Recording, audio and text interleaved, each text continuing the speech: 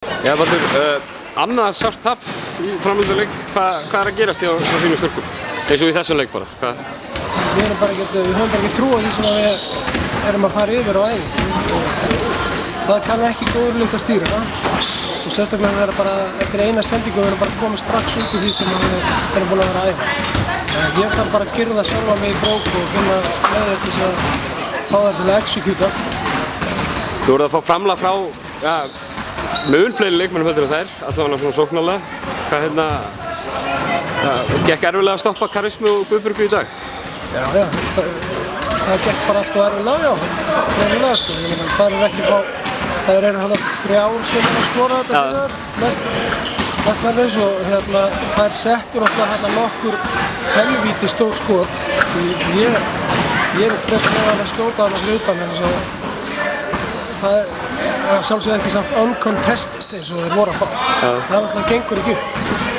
Það geta allir skotið svoleiðis. Hitt. Það er annar naglbíturinn ef við má svo orðið komast. Leikurinn í röð sem er tapið. Er þetta kannski eitthvað vandamál í hugsunarhætti eða eitthvað? Nei. Sleppir nú frá það með nokkrum sinnum í þessu leik. Nei, ég held að það sé ekki komið á þá stöðu ennþá sko. Nei. En auðvitað fer þetta á sáluna hjá fólki. Það segir sig alveg sjálft. Já. Hvað Hamar, hitti Hamar fyrir í næsta leik? Hafa eitthvað skoðað þær? Hafa spilað þær eitthvað í hús? Já, við tókum æfingarleiku þar þegar voru Kanón nýbúin að skipta þjálfara. Já. Og við ætlum auðvitað að mæta brjálæðir í þann leik.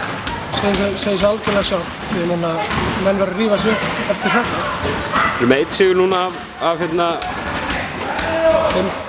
5 leikjum, já. 4 af 5. Er það á pari við markmiðin ykkar eins og það? Nei. Alls ekki. Nei. Ætluðu að vinna bæði þennan leik og Grindavíkurleikin? Já.